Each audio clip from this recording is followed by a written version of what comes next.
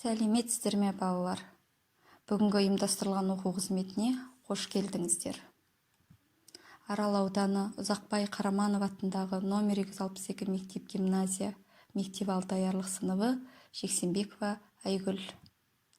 Білім беру саласы қатынас пәні сауат ашу негіздері. Балалар, біз ұйымдастырылған оқу қызметін бастамас бұрын өзімізді психологиялық дайындық жасап алайық. Күннен жереден нәр алған, біз өмірдің гүліміз, жаңа сабақ басталған, сәтті болсын күніміз. Балалар, сіздерге бүгінгі күндеріңізге сәттілік тілеймін. Балалар, қазір біз қаржауар ойынын ойнаймыз. Дыбыс дегеніміз не? Дұрыс айтасың. Дыбыс дегеніміз айтамыз және естиміз. Ал әріп дегеніміз не, балалар? Жарайсың. Әріпті көреміз және жазамыз. Балалар, дыбыстар нешеге бөлінеді? Жарайсыңдар, балалар. Екіге бөлінеді. Қандай болып бөлінеді, балалар? Жарайсыңдар. Дауысты және дауыссыз болып екіге бөлінеді екен. Балалар, дауысты дыбысты қандай түспен белгілейміз? Жарайсыңдар. Қызыл түспен белгілейміз. Ал дауысты дыбысты қандай түспен белгілейміз? Көк түспен белгілейміз. Балалар, қазір мен сіздерге жұмбақ жасырамын. Қашып кеткен атадан, қашып кеткен ападан, орманда кеше жүредім, домалап шықты алдымнан. Жарайсыңдар, балалар. Бауырсақ. Шиге жайып кептірген, өзі қышқыл түсі ақ, сорсаң дәмді түсі ақ, жаңғақтаяқ домалақ. Жарайсыңдар, балалар. Құрт. Балалар, қазір біз жаңа сабағымызды бастаймыз. Оқу қызметінің тақырыбы бауырсақ пен құрт. Б дыбысымен әрпі. Оқу қызметінің мақсаты Б дыбысымен танысамыз, Б дыбысының дауыссыз екенін ажырата аламыз, Б дыбысының сөздің басында және ортасында кездесетінін білеміз. Б дыбысынан басталатын сөздермен танысамыз.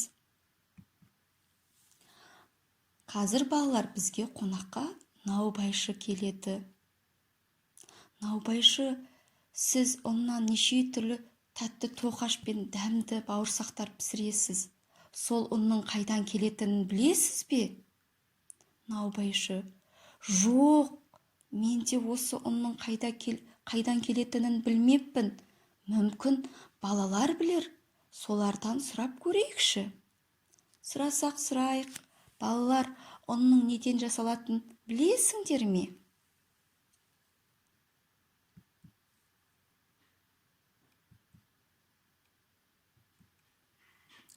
Балалар, тракторшы жер жыртады, бидай тұқымын себеді, диқаншы оны суарады, комбайншы піскен егінді жинайды, жүргізуші бидайды диірменге тасиды, диірменші ұн тартады, ұнды нан зауытына апарады, наубайшы ұннан нан пісіреді, нан дүкенге түседі, сатушы нанды халыққа сатады. Балалар, бізге нан осылай келеді екен. Балалар, қазір барлығымыз әліппе дәптеріміздегі бауырсақ пен құрт әңгімесін сіздерге оқып берейін. Бір күні апам бауырсақ пісіріп, құрт қайнатты. Құрт пен бауырсақ ең құрметті орынға қайсымыз лайықты деп таласып қалды. Құрт бірден сөреге шығып алды, ал бауырсақ дастарханның дәл ортасына жайғасты. Дастарханға алдымен нан қою дәстүрі осылай басталыпты. Балалар, нан қадірлі ас екенін ұмытпаймыз. Суреттен Б дыбысы естілетін зат атауларын атайық, балалар. Бұзау, бота, бу, бауырсақ. Жарайсыңдар, балалар. Балалар, қазан бетінен аспанға ұшып жатқан не? Бу. Зат атауларын буынға бөл, дыбыстық талдау жаса. Балалар, жаңа біз суреттен қандай бұдан келетінін зат атауларын атадық. Бұзау. Қанеки балалар, буынға бөлейікші. Бұзау. Балалар, неше буын? 2 буын. Жарайсыздар. Бауырсақ сөзін буынға бөлейікші. Бауырсақ. Балалар, неше буын екен? 3 буын екен. Жарайсыздар, балалар. Бота сөзін буынға бөлейікші. Бота. Балалар, неше буын екен? 2 буын екен. Жарайсыздар, балалар. Тамақ сөзіндегі м дыбысын басқа дыбыспен алмастыр. Сонда апаңа қандай ыдысты сыйға тартуға болады? Жарайсыңдар, балалар. Табақ, яғни апамызға табақ сыйлауға болады екен. Балалар, естеріңізде болсын. Ас атасы нан. Балалар, бауырсақ неден жасалған? Жарайсыңдар, балалар. Ұннан жасалған екен. Б дыбысы бар сөзге дыбыстық талдау жасайықшы. Балалар, суреттерге қарайықшы.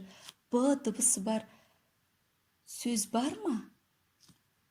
Жарайсыңдар, бидай. Қанеки барлығымыз дыбыстық талдау жасайықшы.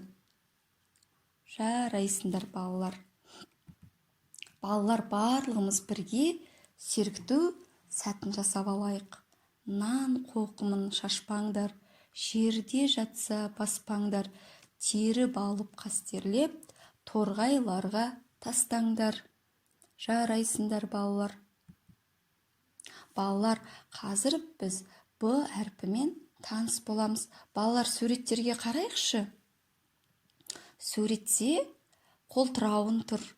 Және баланың суретін көріп тұрмыз, балалар, бала барабан ұрып тұр. Бала, барабан дегенде қандай дыбыс пен әріпті естіп тұрмыз, балалар? Б. Жарайсыңдар, балалар. Балалар, қолтырауынға қарайықшы. Қолтырауын, құйрығын қайырып тұрғанда қай әріпке ұқсап тұр екен? Б әрпіне ұқсап тұр екен. Жарайсыздар, балалар. Б ұяң, дауыссыз дыбыс. Қай цифр Б-ға ұқсайды? 5 цифры ма? Әлде 6 цифры Б-ға ұқсай ма? Жарайсыңдар, балалар.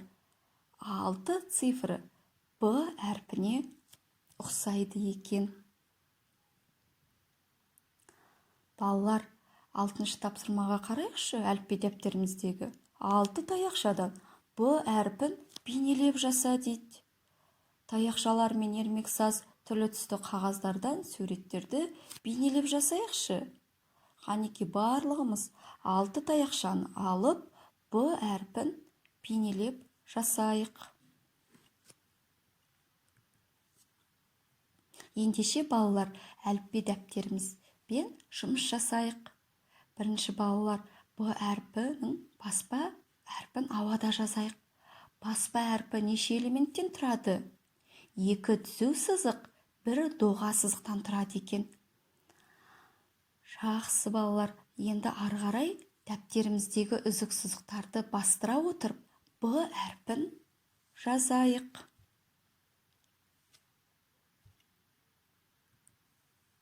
Балалар, бүгін қандай дыбыс және әріппен таныс болдыңдар? Жарайсыңдар. Б дыбысы және әріпмен таныс болдық. Б дыбысы қандай дыбыс? Дауыссыз дыбыс екен. Жарайсыңдар, балалар. Б дыбысын қандай түспен белгілейміз? Көк түспен белгілейміз. Жарайсыңдар, балалар. Балалар, бүгінгі оқу қызметіміз түсінікті болды ма? Түсінікті болса, балалар, бас бармақ арқылы бағалап жіберейік. барлығын түсіндім десеңіздер, бас бармағымызды жоғары көтереміз. Енді түсініп келем десеңіз, сәл түсіреміз. Түсінбедім десеңіз, төмен қаратып түсіреміз, балалар. Қош, сау болыңыздар.